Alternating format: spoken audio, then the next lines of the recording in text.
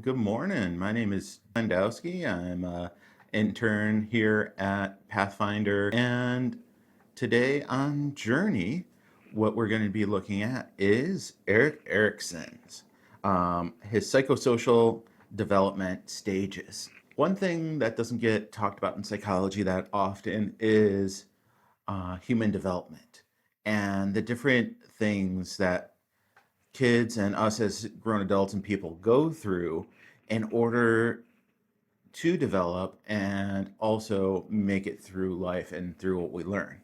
Because we are here on journey and life is that journey. And we do have steps that we have to take. And how well we take those steps affects us later on in life along with the present. Looking at Erikson's psychosocial development, one of the stages that we wanted to focus on today is the autonomy versus shame and doubt phase, which is from 1 to 3 years old. And basically, what Erikson says there's a challenge at each of the stages, and that challenge is either successfully completed or not successfully completed. If it is, we continue on in our development. If not, it can cause different issues later on in life if we aren't successful in that stage. And basically, from 1 to 3 years old, that autonomy versus shaming doubt is basically a part where children start developing autonomy. And I know that goes without saying, but what is autonomy? Autonomy is really starting to develop that independence, that control over what you do, and being comfortable with that. On the other side is that shame versus doubt. And basically, you're given the chance of that autonomy, but they develop doubt in themselves. Doubt in that they have that freedom or independence and can be successful with it. So, what does that look like? So, for that autonomy, you'll see that child start becoming more independent.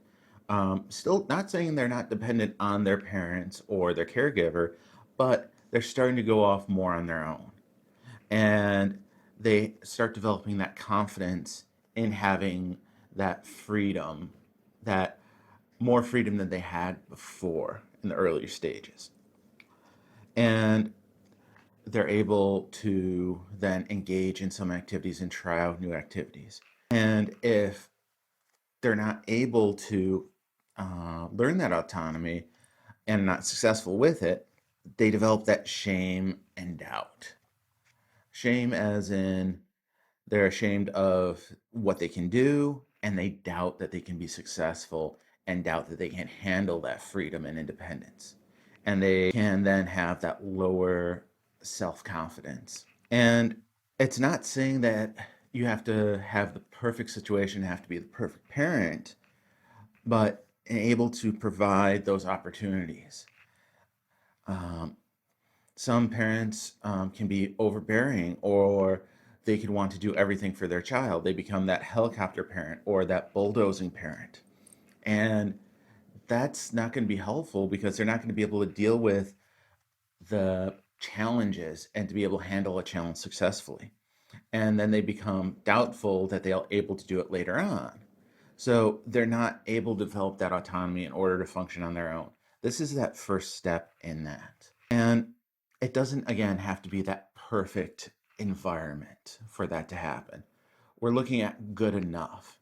They have to have those opportunities in order to develop, in order to, I'm not say fail, but in order to have that challenge and understand that independence and accept that and be confident and not have that full of doubt and be fearful to go off and do things by themselves. Because even though, yes, family and social support are important, they need to be able to go off on their own, and they're not always going to be around their family. Uh, and they have to know that they can still come back for that support, but they're not going to need it 24/7 all the time.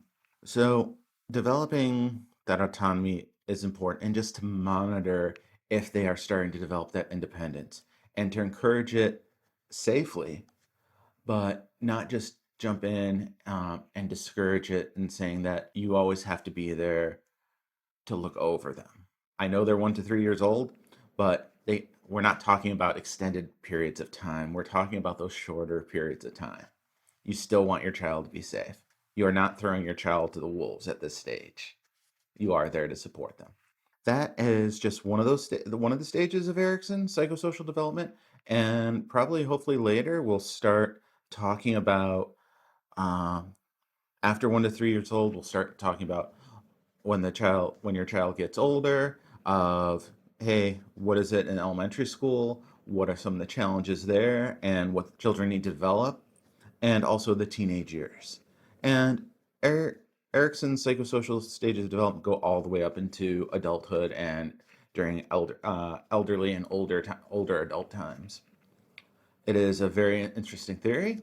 If you want more, you can definitely go online and search Erikson's psychosocial developmental stages, and you can read about it. And if you have questions, yeah, I'm sure write in and respond to the podcast. And yeah, we can help you out on that journey. And just remember that it may seem like a long journey as a child, but yeah, a journey of 1,000 miles, I hate to sound cliche, begins with that one step. And it is a journey. It's not a guided tour. You're going to have challenges throughout, but we here at Pathfinder Consulting Counseling are definitely there for you to help you out and support you. Thank you, and have a great day.